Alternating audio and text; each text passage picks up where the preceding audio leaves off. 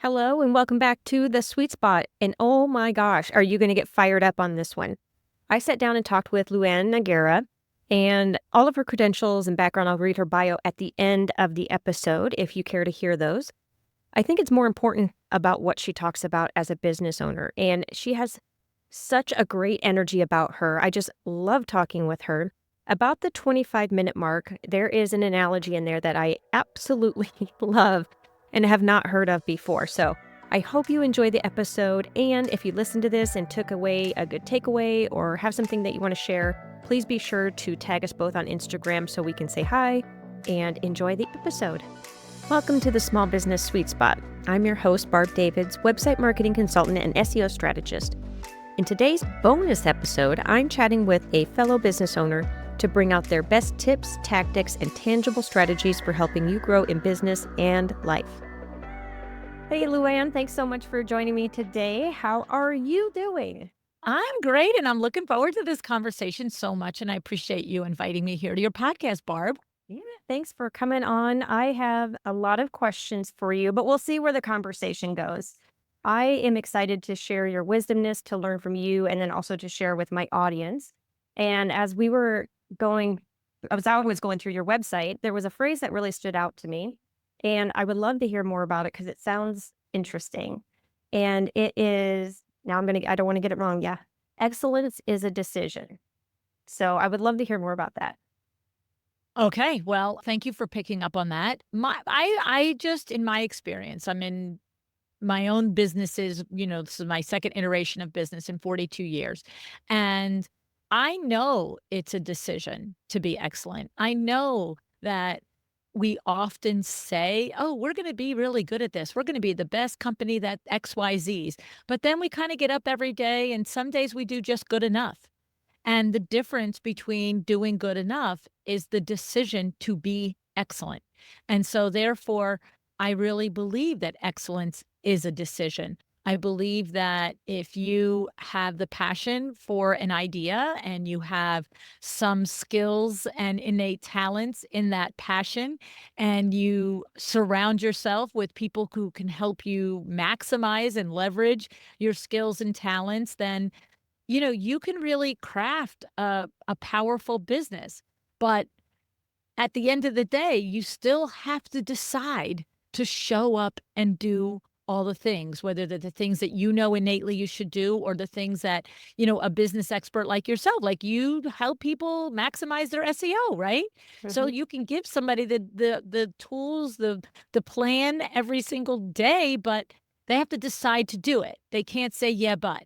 And I love to meet entrepreneurs who are yes, and, right? Yes, and I decide to do this. Yes, and let's do this to the best of our ability. And yes, what else can I learn to make it better than the day before? So that's kind of where it's rooted. That is a great Explanation. that is a great explanation. Holy crap, that would not come out of my mouth whatsoever. That was so funny. That was a very weird feeling on top of it. Yeah. I think there was also some talk about like how to implement effective systems. So I wonder if you could share maybe some of the things that you've implemented in your business, in your life to be able to say that excellence is a decision. Well, okay, so I'm gonna take a step back because I think you might be looking at, like, in other words, I have a keynote presentation that I give that's called "Excellence is a Decision." And basically what I have put together is what I believe to be the 3 keys to effective leadership. And the first key to effective leadership is understanding your mission, vision, values, right? And establishing them, writing them, living them, understanding them, bringing them all the way through all the aspects of your business. The second key is establishing your systems and processes and making sure that you know how you do the things you do in your business and you do it the same way so that you can deliver an exceptional result to every client that you work with, not just one every fifth one because you aren't clear on how you do it. You know how you do it. And then the third key is that decision to be excellent. So that's where that comes in. It's like, Okay. obviously there's 20 things, 50 things that make a great leader. But I feel like if you have to boil it down to 3, the leader knows the mission, vision, values, of his or her own company and is able to express it not only to the people that work for him, and if no one works for him, to the subs and the subcontractors, or to the potential consumers, that leader has established process and system for their business so they can deliver an exceptional result every time. And that third, they actually decide every day to do the thing, to do the things they know when it's easy to do it. It's when the things are hard that we let the decision to be excellent slide. So, Mhm. and I think that's the differentiator between super well run, well led companies versus kind of sometimes, all right, maybe okay companies. Right. Those are some great ones. I think some of that, the first two keys are so important for that third one, right? Because if you are going to make an action or a decision, if you don't have the answers to those things, you're like kind of flailing about. So you can't That's right. do the action. Yeah. They're all intertwined. You can't Yeah. do one without the other. Yeah. You just can't, you know? It takes all three. It takes lots of things, as I said, but it does. I think those are just so at the core and essence of leadership and having a powerful company. Yeah. And all I know you have, and I'll talk about this in your bio and put all the links in the show notes. You have some books, some multiple businesses. I'm curious to know about the strategies that you've used to attract your clients. So as the service-based ones over the years, did they differ? How did you think about it? How did they evolve? Just kind of all of that stuff. Well, I mean, for many years, we had a brick and mortar business. So that was professional window covering and awning retail business, right? So the strategy for clients do that at core, it's being very clear on who you are. What is the brand company and who is the client that should be calling. But it gets a little bit easier because you've got different ways to got the you can make it like a paint shop, or you can make it look like a high-end drapery retailer, right? It's very this is not a discount shop. That's not, hey, we're not just gonna walk a box, from a shelf. And so, but when we transitioned, I started this company, Nigara Inc., the podcast and the LuAnn University and the books and different things. There is no place to visit, right? So I think it's truly important, again, that you start with your mission, vision, values. Who are you? Do it. How do you what is the essence of your brand in all the ways? And then it's critical that your website express it, that it is so clear, because that is essentially the brick and mortar that every potential consumer will now use to vet whether you're an interior designer, you're a wedding photographer, you're an event planner, you're a website developer. Basically, it's the drive-by that you used to do back in the day and say, do I think I like that restaurant? I don't know. Let me go see what it looks like, right? And so I think a lot of people forget that. And more than that, there's also a lot of business owners that don't forget it, but they don't take the time to really have like the second, the third, the fourth set of eyes that says, this is what I stand for. Does this website show that? And Mhm. I mean, I see it with designers all the time, and window treatment all the time. They say they're luxury, they say they're full service, but then, on the website is a listing of all of the ways that a consumer can engage with them other than full service. Like, you can buy 2 hours, or they can buy a paint consult. And all of these things are great things to do. Mhm. But we're saying over here, full service luxury, hey, leave it all to us. And then we're like, and if you just want the paint, 2 hours for that. So, and all of it can be managed, but it needs to be managed carefully and with thought so that it doesn't confuse our potential consumer on their journey of getting to know us. Right? Does that make sense? Yeah. So do you use, what kind of marketing do you use typically? I'll just leave it open like that. So, I mean, for the non brick and mortar business, it's email, it's growing your email list. That's like number one Okay. is email list. It's lead magnets on the landing pages, right? Okay. So that, if something like an Instagram post or a LinkedIn post works, great. Let's get them over to the website. Okay, let's get them onto the email. And, ultimately I think that's the goal, right? You want to build that email list, right? Mhm. I got 27,000 followers on Instagram, and there's 40 people talking to me. Like, who are we kidding? It's like the silliest concept ever. It makes me crazy, right? And Yeah. I'm like literally constantly saying to my team, we have more meetings about what to post on Instagram. Meanwhile, we have 10,000 actual live bodies on an email list that put their hand up and that are there, like they're really there, you know what I Yeah. mean?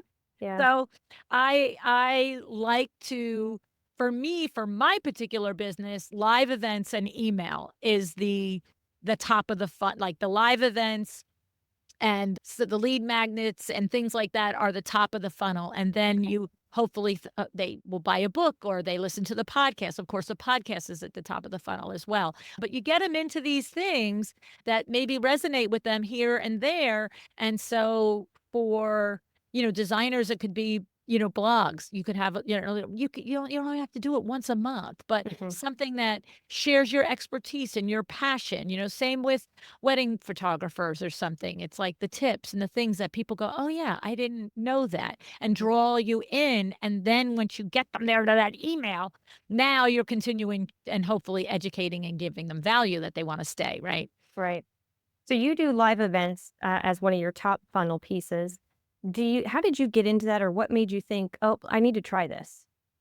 Well, it's a funny thing because someone in the podcasting industry said to me, "You need to do a live event. You need to meet your audience." And I was like, "That's crazy. What if I do it and nobody comes?" Like that's you're out of your mind. Like I'm not doing that. And so the podcast was turning a year, and I happened to be interviewing someone who was sent to me by a PR rep in New York. And I had had one or two conversations with the PR rep, and he was a super nice guy and super easy to talk to. And I thought, you know what? I'm just going to ask him. And I said, "What do you think about like doing a live event?" I said, "The podcast is going to turn a year in 2 months." And he's like, "Oh my God, I love the idea. We'll get a showroom in New York to host it. Blah, blah, blah, blah." And I was like, "We will." And I was like, "Do I write them a check for all the food?" He's like, "No, of course not." He goes, you're going to bring interior designers, their showroom that's going to be amazing." Well, Barb, we started planning that and we did about 4 weeks of planning, and I was like literally on pins and needles. Is anybody going to come? Is anybody going to come? Oh my God, is anybody going to come? And I think I would have felt better about it if I was paying the bill. You know what I'm saying? Mm. And we ended up having like 140 registrations and over 100 people show up. And I was like, "Oh, see, That's here's a where good we are." turnout. Yeah, it was great. And that's when I really started to meet my listeners in person. And I Mhm. was like, "Oh, you're actual humans out here. And I like you and you like me. And we like the same things." And Yeah. then, of course, my industry, the interior design industry, I honestly, Barb, you can't throw a dart at the calendar and not find an interior design event in this country. Like there's somewhere, I imagine. somehow, Yeah. something is happening because other industries aren't the same. But, certainly I know that a lot of the creative industries do have at least one or two or three conferences a year. You Mhm. know what I'm saying? Like I would think event planners and wedding planners and you know what I mean? There's conferences. And Mhm. so, you know, if you go to the conference, of course, maybe put yourself up to speak, but of course, you're going to be speaking to your peers, right? So that's not your target consumer. But Oh, maybe you meet somebody else that you resonate with, and maybe together you find out that, you'll do a live event together. And you know what? A live event with 10 people at it is a success, honest to mhm. God, especially depending on what's the purpose. Mine was meet and greet. Mine was literally just meet and greet. Let's cement our relationship. Let's really start this journey of knowing each other as humans. Mm. And of course, 9 years later, I mean, one of the showrooms had a birthday party on my 60th 2 years ago. We had like almost 300 designers show up. It was crazy How amazing. fun, right? Yeah. So, but like if the point of view of the meetup is to convert to them being a client. See, I'm not trying to convert to being a client necessarily. I'm trying to get you into the podcast and into my world and making sure we're, happy together, right? If you do wedding photography and weddings are a typical, ticket for a weekend wedding is $10,000, do you need more than 5 people in the room and one person to say, "Okay, I'll hire you," for it to be worth it? So I don't know. I I think that is the thing. The digital online world, it's tough when you don't have the opportunity to meet your consumers, and not every business is it's gonna be easy to do it, but I think every online business should spend a good, you know, chunk of brainstorming time to see if it could happen. And then, of course, what happens in my world is I have experts like you that have the opportunity to be at my events, and Mhm. now you can meet people. And so there's other events that you can go to that you can leverage, and you don't have to be the one where you can meet your consumers, Right. right? Along that, so you built up this brand and you get to do the lives and just all the things across the books and the businesses. It is a very strong personal brand. I mean, your name is out there versus maybe I mean your books and business names are out there too, but it's more about your name because you're the person behind it. Do you feel like service-based businesses need to go that route, or what should they ask themselves to be able to know if they should go that route or if they should keep it under a company name? I think, listen, this reminds me of I had 4 kids, went through high school, right? Went through all the grades, right? But I remember high school, and I remember with each kid had different gifts, different talents, who was good at history, who was good at math, right? And I remember always saying at some point, sophomore year, talking to the guidance counselor and being like, "Okay, so this one, is it better that we stick this one in an AP math class and he ends up with a B, or should we stick him in the regular math class and he gets an A plus?" And literally 4 kids, 90 times I asked the question and 90 times the answer was, it's really better that they're in an AP and they get the A. Great, thanks, because that's not going to happen. This kid is never going to get an A in math, or this one's not going to get an A in history, right? And so I just feel like that answer for the brand, should it be your name or your company name? It's kind of like that. I believe you know it. I believe you know the answer in your gut. And whatever it is, because it is something you do have to go all in on. I Mm. mean, it's so funny because, you know, you don't know me, right? But we know each other a little. I mean, Mhm. I don't think you would really call me out as like a diva or like a totally self-centered person or something like that, right? I mean, No. right? But like it is Luan University, right? And I never thought of it until someone said to me, I just want to be you when I grow up. I just want to have the, you know, what? To name a thing my name like that. Like that's just so bad. Like this, right? And I just cracked up because I was like, oh, you know what? I never thought of it that way. Yeah. Yeah. But, like, the idea is that what was I gonna call it? Interior Design Business University? Like, what? Mhm. Like, and it just there's things that feel right, that are Mhm. just right, and I think that that is a huge part, and it's what I do a lot of my one-on-one coaching with, people, is helping you to learn to trust your inside voice, Mm. because once you figure out the name for a thing, you gotta go all in on it. You can't be like, "Well, that feels funny," or, "Does that really I don't know. Somebody said I get designers all the time say, "I think the trend now is naming your interior design firm by your own name." So when I started 9 years ago, most interior design firms were named a name, like, Mm. whatever. And then about 8, 7 years ago, everybody, as they open their business, I'm naming it Sally Smith Interiors because that's my brand and that's who I am. And it makes total sense. And now they're coming back away from it. And I'm just Mm. like, do you, sweetie? Please do you.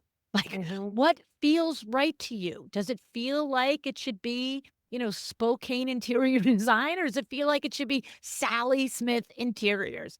Because I don't think at the end of the day it matters. It matters how hard you go for it and how much you believe in it and how much it feels like you, so that you are comfortable talking about it to everybody you meet. Mhm. And everybody who meets you goes, "Well, yeah, no wonder it's called Lou University. She's a lunatic. Of course it's Lou University. What else would it be called?" I don't think they think that. I love the synergy, like LuAnn University. So if you think of Michigan University, it's Yeah. MU, right? So Mhm. I love the synergy of LuAnn University was LU. And of course, 90% of the people in my world call me Lou. And I was like, well, it's Lou University. That's what's perfect. Yeah, that's perfect. Um, So, along those lines, then, I know that we should probably listen more to what we think and what we feel, but if somebody, what would you give as advice to help someone who is trying to stand out and be different? I know you work with this with interior designers all the time, and just so this could apply to any service-based business, I'm gonna assume that just it's so some of the industries are so saturated, or it feels like they're saturated, yes. I guess. Yeah. So, Feels. yeah. Feels is the critical word. Don't ever pretend to yourself that, oh my God, there's too many people who do what I do. Okay. Like that's just like, no, right? The thing about it is it does start, okay, being clear on who you are.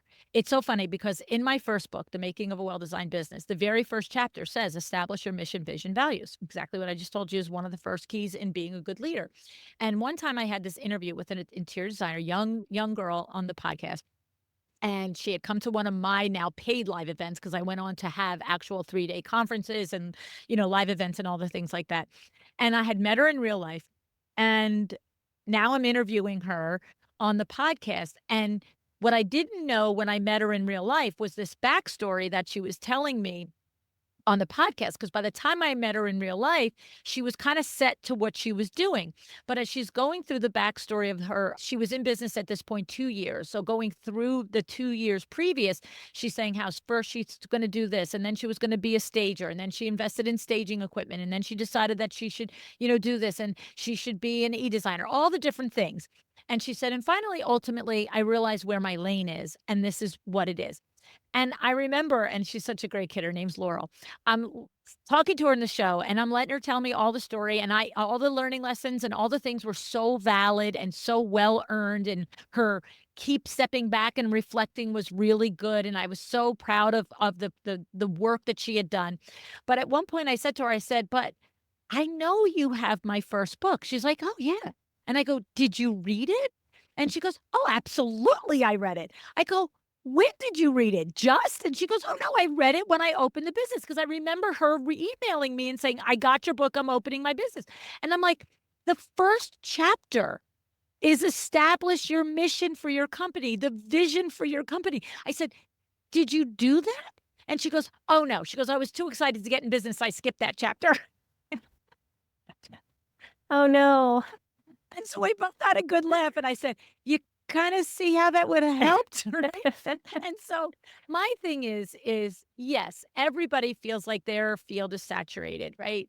Mhm. But the thing about it is whether it's how you describe what you do for a living, what your about you page says on your website, whether it's what the tagline is on your business card, it's the way you talk with your clients about your services. You have to be very clear on what sets you apart, and that is rooted in your mission and your vision and your values. And the thing is that once you have that, then you want to develop that in storytelling, right? So storytelling is critical for standing out in the noise. It's what are the stories around your mission and vision? What are the stories around your core values?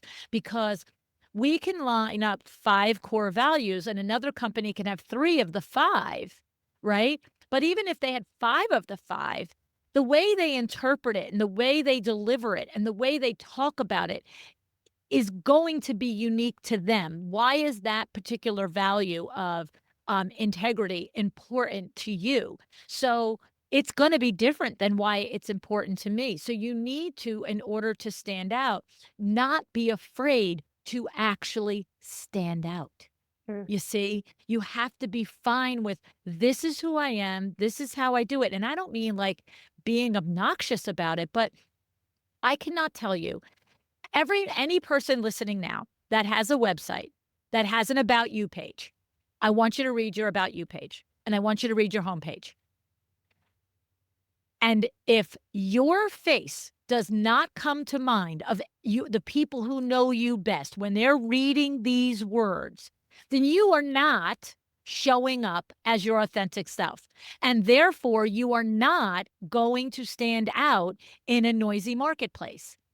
Mhm. I probably read, let's see, so 150. I would say I probably read between 150 to 200 about us pages a year, between the two podcasts and all the research that I do before I interview somebody. Mhm. And literally 80% of them, I'm going to tell you, you could switch Sally Smith for Susie, Jones, and it doesn't matter. Mhm. And then people say, "Oh, my marketing's not working." Awesome. Right. Because, you know, what's the difference between a Snickers bar and a Milky Way? If they're both like great tasting chocolate bars, that's what happens. We write on our website, great tasting chocolate. Mhm. It's true, but we stop at the surface truth. And then we don't go deeper and say, why? Oh, well, this one is got caramel and it's going to all drag out and it's going to, yeah, and this one's got nougat and it's got nuts. And, and then here's what people say. Well, what about all the people who don't like nuts? If I put that on my website, they're like, Right. then they won't call. Great. We don't want them. Yeah. But we understand it in such simple things like Snickers and Milky Way. But Mhm. that's the exact same thing with website developers, with, interior designers. We want to know who you are, because the ones that like that, like slam dunk, that's my person. That's my person. Let me get a quote from her. Let me get a discovery call with that person. So yeah, but you can't do that work. You can't even tell your website developer what to put on your About You page if you don't know what the heck it is different about you. Mhm. And the thing is, I get on this such a soapbox about it. Okay, sorry. Good. Because most people are looking for these huge differentiators, right? No, it's the combination of probably the normal things about you, but it's that combination. Like chocolate, nougat, caramel, nuts, not all that exotic. But you put them together in two different ways, leave one ingredient out, put one ingredient in, you get a completely different candy bar. And that's all we're trying to do. It's like, what are the three or four or five, six things about you, and how do they come together? Because another colleague has some of those, maybe most of them, but the way they coalesce and the way you deliver it to the world is different. And you have to express that. You cannot be safe on your website. It cannot be garden variety. Would really love to make your wedding so special. Your wedding Exactly like that. photography is going to be Yeah. all about you. I'm all about being quiet in the background and just helping you enjoy your day. Well, I'm going to tell you what I want from a wedding photographer, because I'm going to tell you what happened in my wedding. I never got a portrait of me in my wedding dress. I What? didn't get a first look. I didn't get the things Oh. because I didn't have a leader who was my wedding photographer, Mm. right? If Mhm. I'm reading when both my girls got married, when we're reading web, like, I want a wedding photographer is going to come in. I know the shots that the mother's going to want. I know the shots you're going to want. I'm not going to make sure that you're over there at happy hour getting twisted and not getting these shots. Mhm. I'm going to be in charge of you, girl. We're going to get this done. You know what I mean? I Yeah. want the professional to say what their expertise is and not be afraid, right? Yeah. Yeah. I think it's Garden scary variety is though. bull, That's right? part of the well, that's part of the trouble, I think, is it's so scary to actually put yourself out there, and I think a lot of business owners, and I can say this from experience because 'cause I've only recently been able to get okay with all the inside stuff. I'll just keep it that way right now, but, like, it's so difficult to put yourself out there, and I don't think that I didn't know this going in. I'm gonna guess there's a lot of people that don't know this when you start doing your own business, that you really have to look at yourself, and it's very scary. And then being okay with putting out there some of those things that makes you different because you don't want somebody judging you, so you have to get over that crap really fast. Well, and I hear you and I have compassion for it. I'm not going to say, so what? Okay. But I'm a kind of a little, because once they actually hire you, that guess who shows up? The real you. Mm, like, you know what I mean? yeah. It's like, I understand the fear. I'm not gonna say I don't. However, this goes back to excellence is a decision. It goes right back to that. You've already decided to open a business. You've already decided to put your flag out there and say, "This is what I do." Now, say how you do it. Why do you do it? What are the ways that you do it that are unique to you? And by the way, I don't need you to go research, am I the only person that does it this way? Just tell me the way you do it. I don't care if Mhm. 10 other people do it, because there's gonna be some overlap in the things that you do, but there's not going to be complete overlap. And the idea is that if you've already decided to have a business, it's what I was saying a few minutes ago, go all in on it. Mhm. Do Yeah. honor yourself and honor your talent and your passion for this craft or skill that you have. And and then also too, I would say put yourself in the consumer spot. If you're a wedding photographer, go see how you're gonna go hire a wedding photographer. I'm gonna tell you what, your website, go hire one. Do the exercise. Google wedding photographers near me, Google event planners near me, and you start to watch your brain just drone out on the same drivel Mhm. over and over. We pride ourselves on blah, blah, blah, and we blah, blah, blah, and we Yeah. blah, blah, blah, right? There's so many websites that you literally either no name is there at all, right? So even if you are ABC wedding photographers, when I get to the About You page, I want to know Sally Smith comes to wedding photography because of a passion. Her father, was a portrait photographer and blah, blah, blah. Like, why? You didn't become it by accident. What's Mhm. the origin story? What is the origin story? And work it in and make me go, "Oh my god, my dad was also that too. We get each other." I Or love it. maybe I would have became a wedding photographer because my wedding photographer was so bad. How about that? Yeah. If Yep. I wrote that on there, Yep. it'd be like, "You know what? I had such a horrible experience. We kept looking for him. We missed all kinds of shots because when he showed up, he only took the shots that we asked him to take." If you ever looked at my wedding album, it's a joke. It's an Mhm. absolute joke. It looks like, the quality of the photographs are great, but there's no story of my wedding in this. Yeah. Like I said, I don't have a single one portrait of me in the dress, not one, me It's alone. unfortunate. That's very unfortunate. Yeah, so if Um, I put that out there, I'm passionate, I wanna make sure, like, I should be afraid to say that? You don't think that's gonna speak to somebody? right. Yep. That's exactly what one of my clients did with her story. So she was getting married in Las Vegas and she eloped with her husband. And at the time when she did it, there wasn't another company that was doing what she's doing now. So she built a company out and now it's like one of the top wedding and elopement companies in Las Vegas just because of what she was looking for at that time a few years ago. So Yeah, it is all yeah. about that. Then I think that's why a lot of us start our businesses that way. That's kind of what mine started as or like evolved into. I knew I wanted to work anytime, anywhere, but the mission and what I provide as tangibles or deliverables come from what I wanted when I was working in corporate.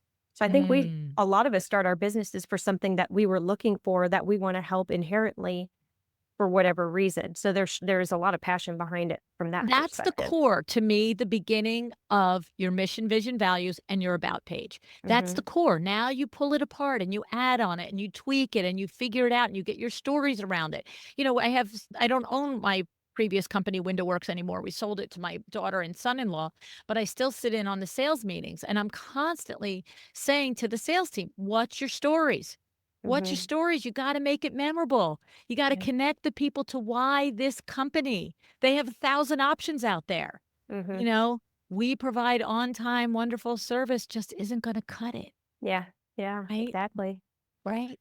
Oh, good stuff, Luann. I want to ask you from all of this information, what is the one thing that you hope people walk away from with this? With Really sit in the courage, if that's the word that you need to attach to it, that if you have a passion, a talent, a skill, that the world needs to hear it, needs to see it, needs to experience it. and have the courage to tell us about it. And don't be afraid to. And then decide every day to do it again and again at the best you can. Decide to be excellent. I love that. Perfect. And where can people find you and get some more good LuAnn stuff? Well, LuAnnNigara.com is the website, and the podcasts are there, and the links to the books and all things are there. And on wherever you listen to podcasts, it's A Well-Designed Business is the one podcast, and the other is Window Treatments for Profit. And the truth is, like, literally, especially A Well-Designed Business, that podcast, you could substitute website developer, photographer, event planner for interior designer, because it really is a creative business, and we gear towards all of these nuances of how to figure out how to stand out in a noisy world, actually. Yeah, I love it. Thank you for your time. I really enjoyed the conversation, LuAnn. Thanks. Thank you, Barb. Thank you. All right, and that wraps up this episode. Stay tuned for more episodes to help your business thrive online. We'll see you in the next sweet spot. Cheers. As promised, here is LuAnn's bio. LuAnn Nigara provides essential enthusiasm, wisdom, and guidance for interior designers and anyone interested in owning and running a profitable creative business. She is a sought-after business speaker on topics ranging from work-life balance to implementing effective systems. In her first book, The Making of a Well-Designed Business, an Amazon #1 rated international bestseller, LuAnn provides clear advice and a step-by-step guide for entrepreneurs to start, grow, and sustain a profitable business. In her series, A Well-Designed Business, The Power Talk Friday Experts, LuAnn brings together some of the most dynamic authorities on marketing, social media, branding, pricing, and more to create what is destined to be the go-to resource for designers who want to grow their business. Since 1982, LuAnn has co-owned Window Works, an award-winning window treatment and awning retailer in Livingston, New Jersey. And that's a wrap on another guest expert episode of the Small Business Sweet Spot. Thank you so much for joining us today, and we hope you loved the show. You can find all the links to connect with me, Barb Davids, and our guest in the show notes. If you loved the episode, share it with a friend who's ready to thrive in their business. I'll see you in the sweet spot.